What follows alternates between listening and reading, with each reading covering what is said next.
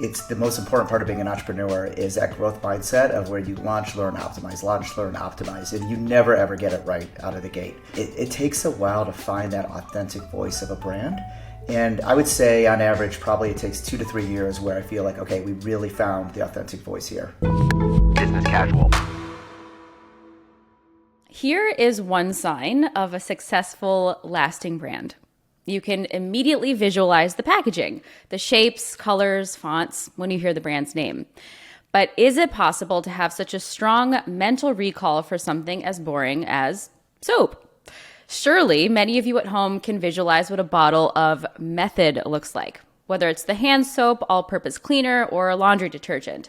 And Method's co-founder, Eric Ryan, has successfully built $3 billion brands by looking at what some might say are boring categories that are, in his words, unnecessarily confusing for the consumer and take themselves too seriously. We often hear from entrepreneurs and founders on this show that they've found a product or service that they're truly passionate about, or they've found a solution to a big problem that needs solving, and they decided to turn that passion or solution into a big business. Eric is not particularly passionate about soap, nor is he particularly an expert in vitamins and supplements, the products that are sold via his brand OLLY, or in first aid products, which is the focus of his other brand, Welly. Instead, he's an expert in design. He told us his approach has always been to look at a category that feels a bit stagnant and inject some creative design and aesthetic sense into otherwise mundane products, like turning a bottle of dish soap into a piece of home decor. We also talked about Eric's latest venture and shift into durable goods with a new company called Cast, which aims to inject some joy and fun into the fine jewelry space.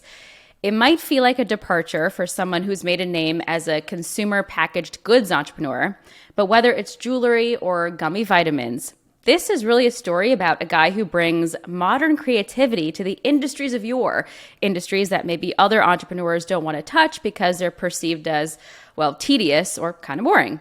And if you combine this creativity with an uncanny ability to strategically build big, sustainable businesses, you've got yourself Eric Ryan. This conversation will appeal to all of you aspiring founders, or even those of you who feel like your job or industry needs a jolt of joy and creativity. That is next after the break. Financial education should be like oxygen, accessible to everyone. That's why Real Vision created an on-demand investing course that provides the tools and foundational knowledge you need to become a smarter and more confident investor. By the end of this comprehensive 10-hour course, you'll understand how the world's best investors think and execute trades. From there, you can tailor your learnings to your own personal circumstances. Business Casual listeners get a 15% discount off Real Vision's investing course, plus full access to their Plus membership tier with promo code BREW. Learn more at realvision.com/businesscasual. That's realvision.com/businesscasual. Eric, so great to chat with you. Hey, Nora. Thanks for having me. Yeah, welcome to Business Casual. A frequent user of products that you have founded, so it's always a good thing.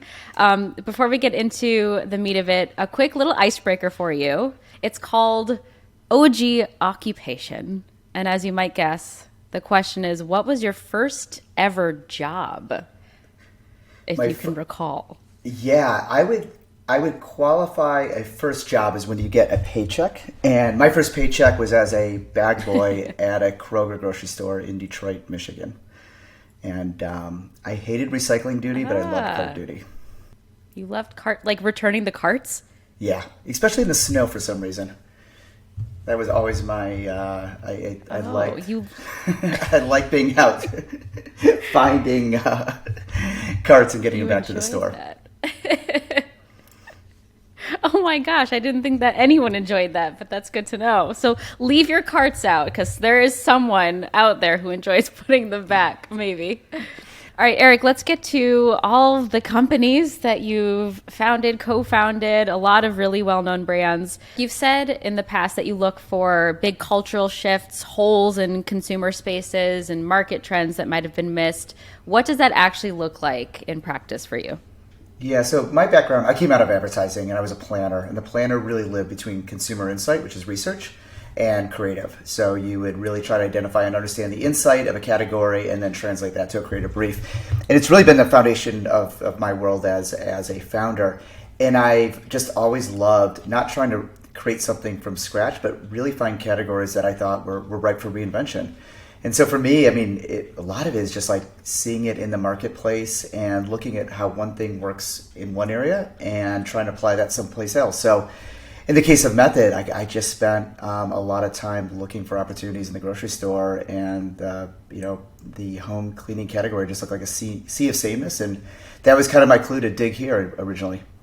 How did you know that you wanted to start a brand and start a company and tackle those problems yourself, versus we hear from lots of founders and entrepreneurs who have a passion, they find something they're interested in, and they just turn that into a business. Instead, you are looking for the holes and figuring out where you can fill that hole with a business. So how did you know the entrepreneurship angle was right for you? Yeah, and the irony is, like, I don't have passion for a lot of the categories I go into. Like, I don't love to clean. I don't love taking vitamins. I don't like to bleed with Welly bandages. But it's also like finding that point of passion. But I grew up knowing from the third grade that I wanted to be an entrepreneur. My great-grandfather and grandfather were entrepreneurs in the automotive industry, and it was just ingrained in me from like, I remember building Legos. I would build spaceships. I would build little office buildings that were future companies. Like, I was just such a nerd about entrepreneurship at a very early age. If you're not super passionate about the product itself, how do you stay motivated in the job and building the company? And maybe that's why you've started so many companies, is because you want to stay interested and continue to solve new problems. So where do you find that energy and motivation day to day? Yeah, I mean, I get such a creative high when you can crack a really new idea and how to reframe a category. And I love, starting with a blank sheet of paper and really trying to reinvent something from scratch. And that's definitely a big part of my passion. But part of what I do is I try to find my own kind of passion into it. So in the case of Method, why I certainly was not passionate about cleaning, and I'm still not, I was really passionate about home design. And so for me, it was bringing this lifestyling of design. And then I'm also passionate about the environment. And that's a lot of what the sustainability that my co-founder Adam brought to the table. So we found our ways to get really passionate and create this love mark brand that we also truly loved, even if like the initial category of cleaning was not something that was that interesting to me. And you had noticed that there were some new things that consumers were noticing or should notice in the realm of cleaning supplies in the home. You just bring us back to when you noticed what was missing in terms of the available products in the cleaning space when you had first started Method. What was actually missing at the time? Yeah, and this is kind of a similar path to what I've done with the other brands as well. So it really starts with seeing a category that feels like it's a sea of sameness and a bit stagnant. And when I started looking at it, like the first little insight was like, wow, you actually look at a dish soap a lot more than you ever use it. And it's actually kind of part of your home decor and the way you style your home. And this is when lifestyling of the home, this is back in 2000, was really starting to take off. So a lot of it, my original mood board I created for the brand did not look like a mood board for a cleaning product. It looked like a mood board much more for like a beauty or personal care product. And really kind of bringing in, that sense of prestige and beauty that you typically wouldn't find in this category. We try to infuse that, through the design. And how many iterations did it take for you to land at, for example, the iconic shape of the dish soap or the hand soap? How many iterations does it take to get to the final product for you?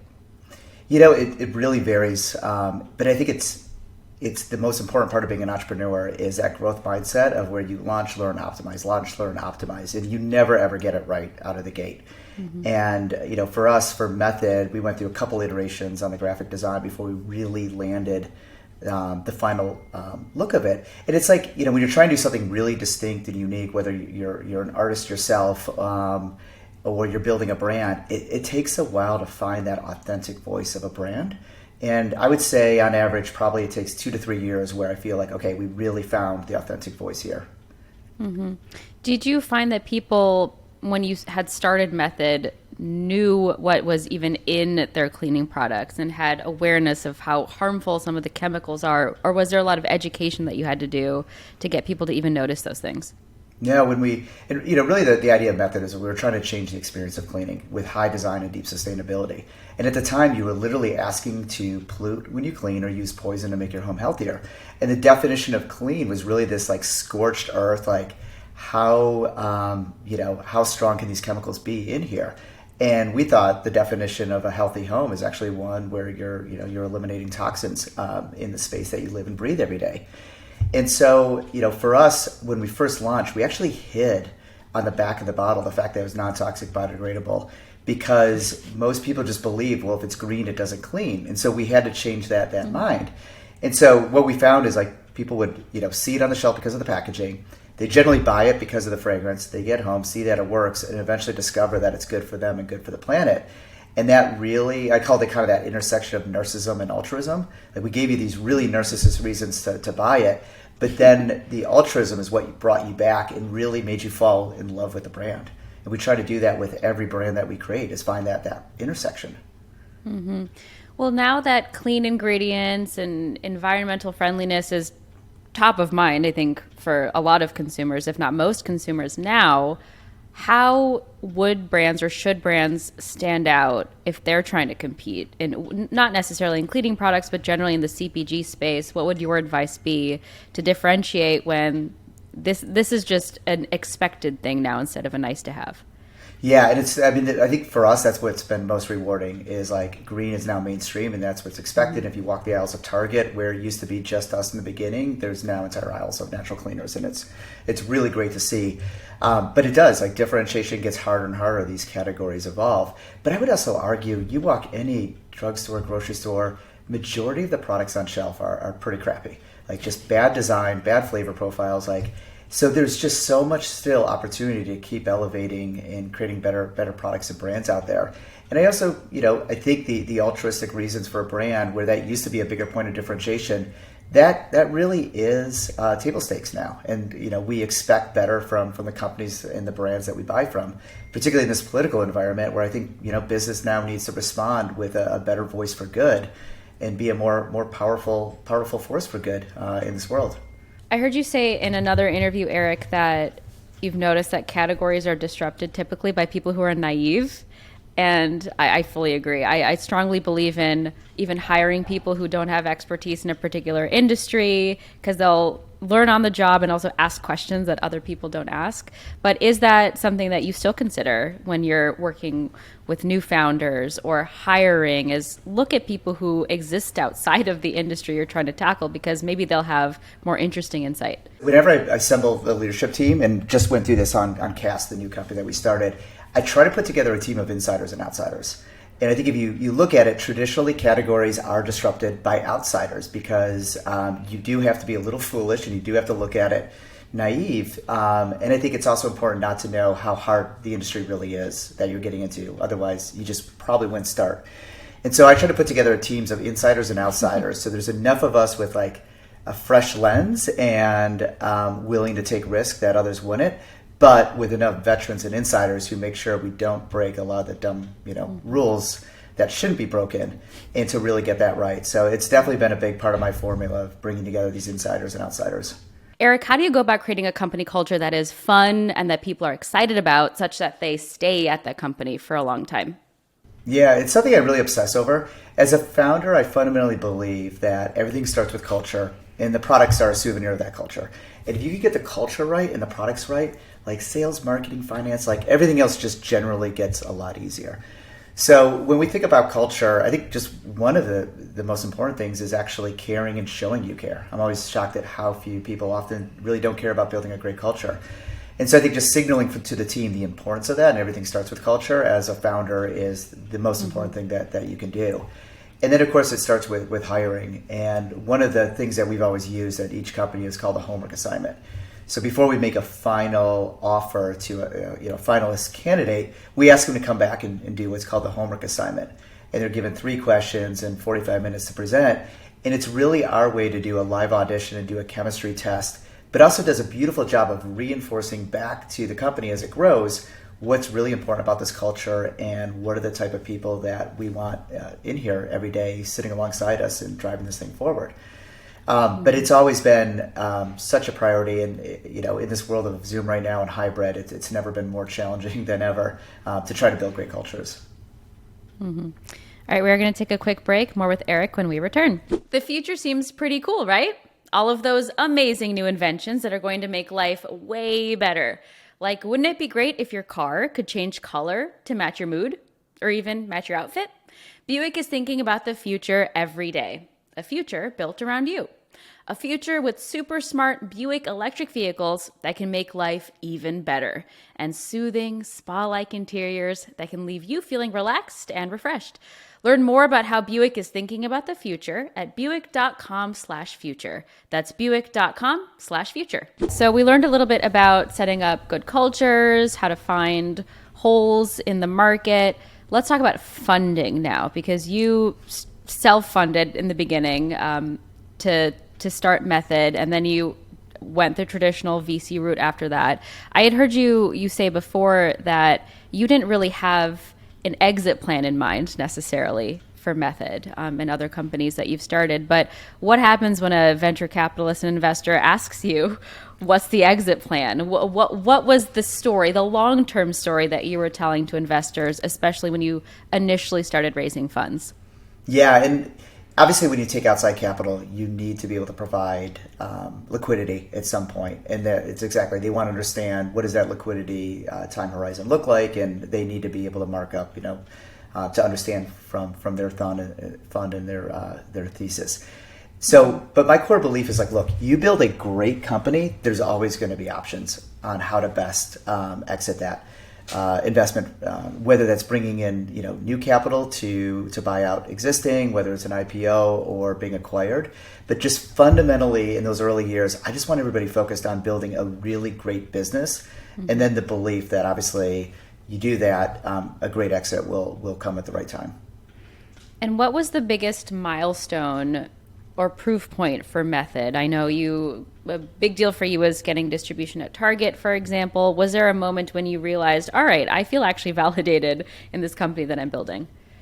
It's funny. It's like, you're constantly finding that next milestone. And I think as an entrepreneur, it's really hard to be comfortable of like, okay, we did it. Nope, we did it.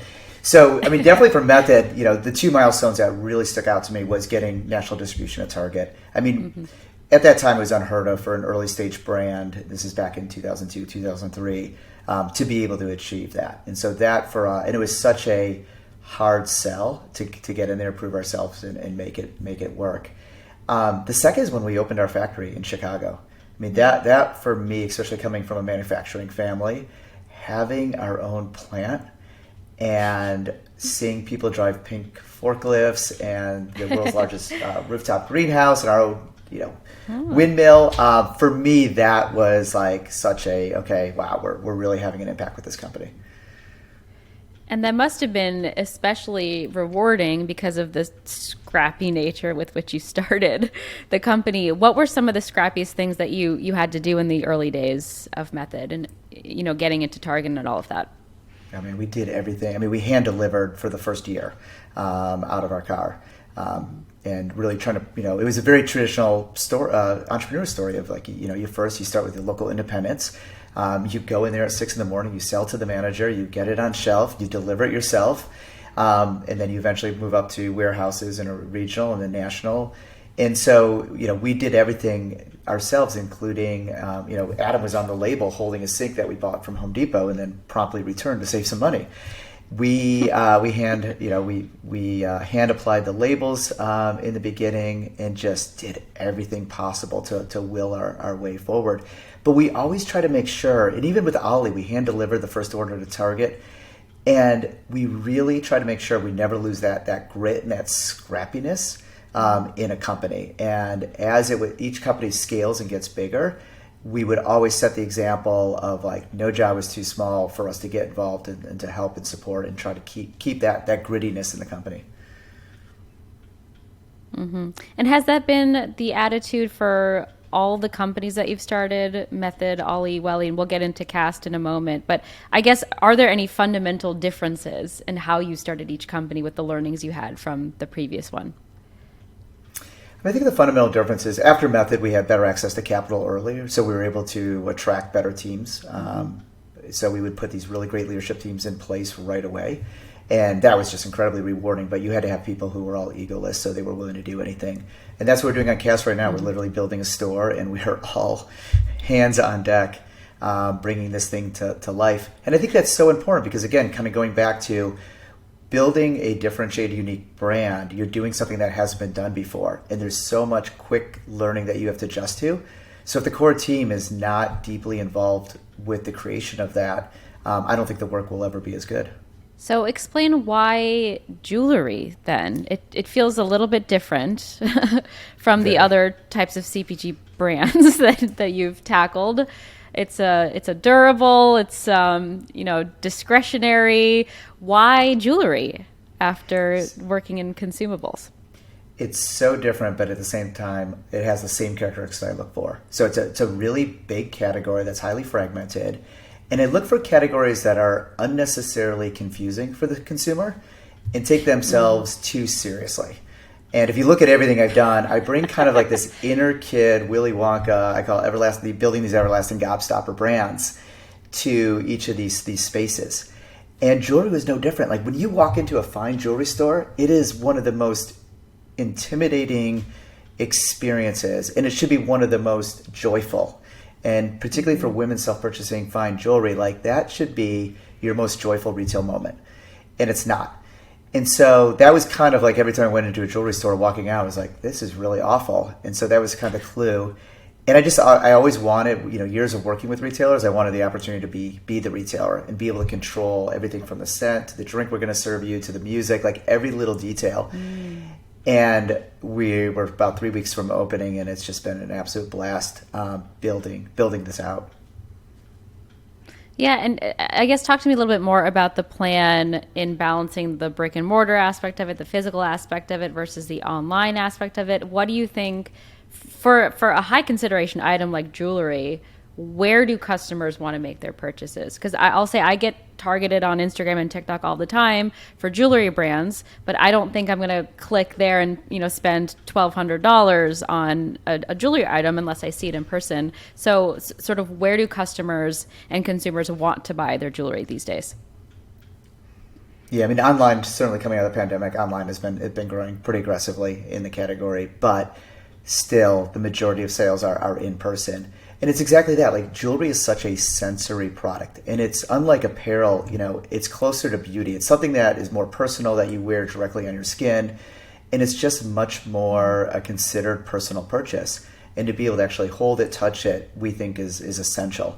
So we did launch online first, and we really used online first to accelerate our learning, and that helped us get smarter prior to opening up the first store. But we fundamentally, we see this as a 100-store brand in the U.S. that we hope to build out over the next 10 years. Got to get the first one right and learn from it. But our intent is to create a scalable model and then have e-commerce really work in concert with these stores that we're creating. But I'm a little old school in that way, and I still fundamentally believe the physical retail for this is the most efficient way that we're going to build the brand and acquire our best customers.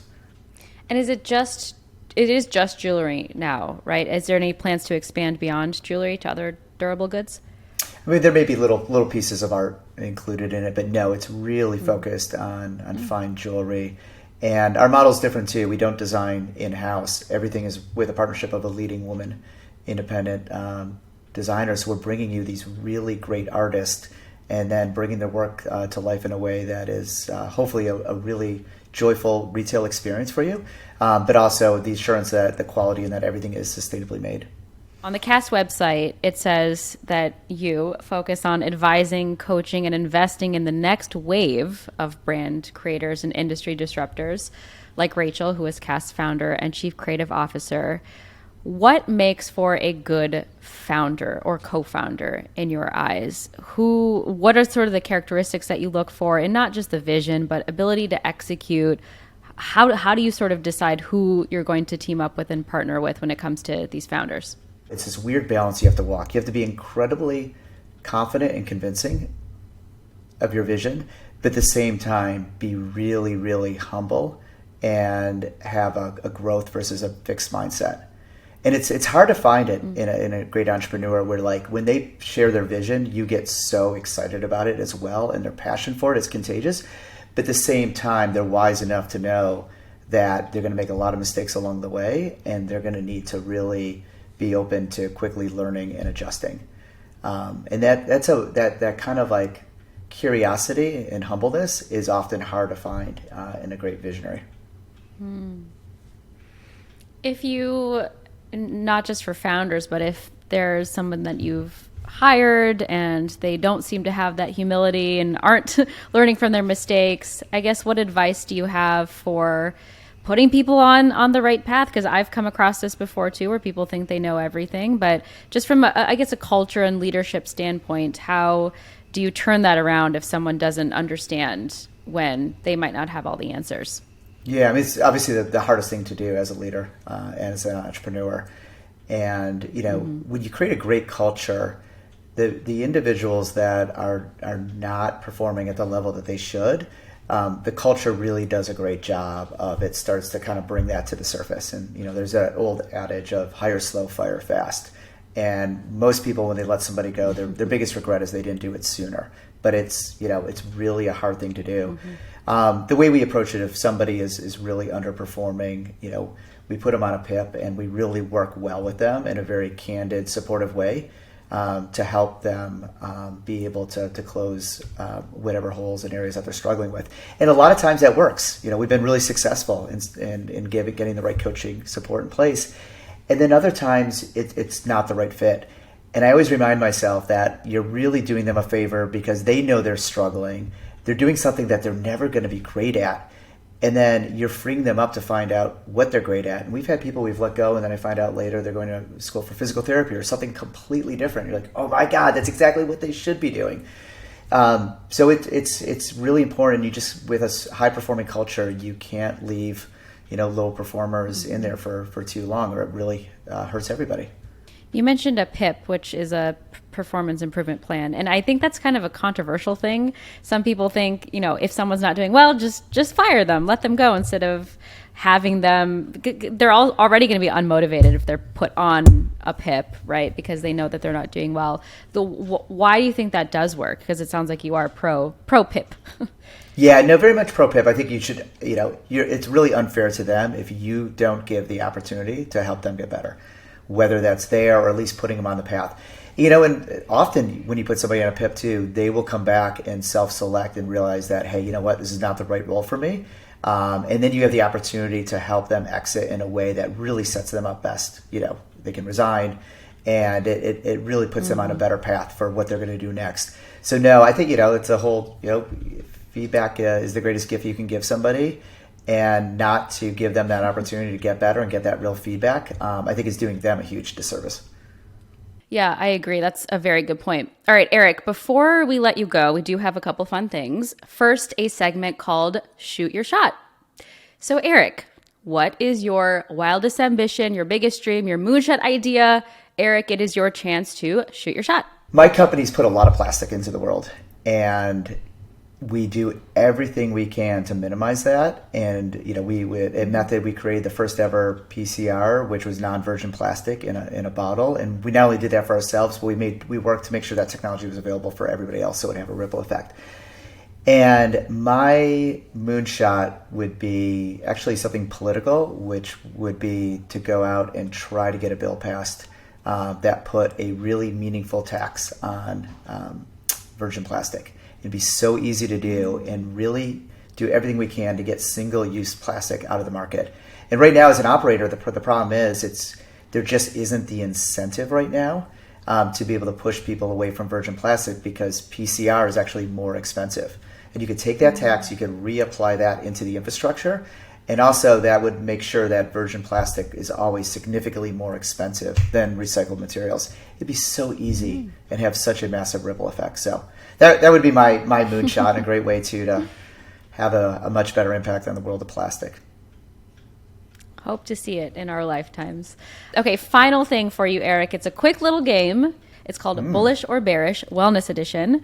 So I'm just gonna give you a list of things and you let me know if you're bullish or bearish on them. And this is not from like a financial or stock market perspective, just are you into this thing or not? So here we go. First thing, bullish or bearish, again, Wellness Edition. Immunity shots. What are your thoughts on immunity shots? Bullish, and I think we're going to continue to see technology in that space get smarter and smarter about how to help support our immune system. So very bullish. Okay, and do you take them yourself?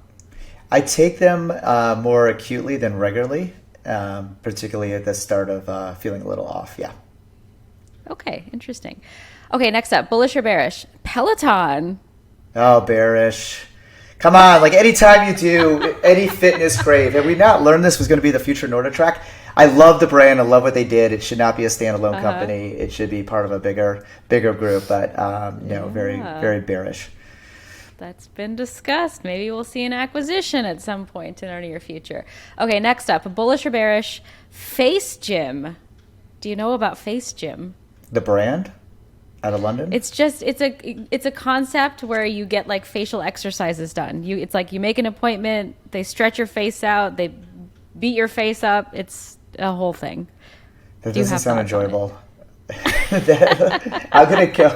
That sounds like a rough facial, so I'll go with yeah. That's exactly what it is. I mean, the whole point of a facial is to like relax, right? So I know. Yeah. Get tortured other ways. I'll go bearish. Yeah, I agree. I'm not an expert on it, but I've seen a couple videos and it just seems kind of painful and uncomfortable. Okay, we both agree on that. We are both bearish on Face Gym. Okay, last one, bullish or bearish? Goop, a semi-controversial wellness brand. Thoughts? Yeah, no, I'm bullish. I think they've done a really great job of being the go-to curator. And I think Gwyneth and her team has a huge opportunity to continue to build out Goop branded products and build more of their own brand into it.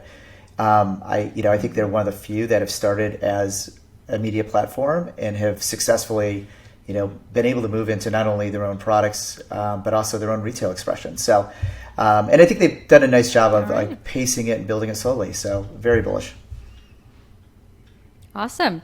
Well, with that, we will leave things there, Eric. This was fun. Thank you so much for joining us on Business Casual. No, thank you for having me. This is Business Casual, and I'm Nora OLLY. You can follow me on Twitter at Nora K. OLLY, and I would love to hear from you. If you have ideas for episodes, comments, and thoughts on episodes you loved, fun segment ideas, just shoot me a DM, and I will do my very best to respond. You can also reach the BC team by emailing businesscasual@morningbrew.com. or give us a call. That number is 862-295-1135. And if you haven't already, be sure to subscribe to Business Casual on Spotify, Apple Podcasts, or wherever you listen. And if you like the show, please, please, please leave us a rating and a review. It really, really helps us. And guess what? We are on YouTube. So if you've ever wondered what I look like or what our guests look like, full episodes are available at youtube.com/morningbrewdaily. Business Casual is produced by Catherine Millsop and Olivia Mead. Additional production, sound design, and mixing by Daniel Marcus. Kate Brandt is our fact checker, and A.B. Silver is our senior booking producer. Sarah Singer is our VP of Multimedia. Music in this episode from Daniel Marcus and the mysterious Breakmaster Cylinder. Thanks for listening to Business Casual. I'm Nora OLLY. Keep it business and keep it casual. Business Casual.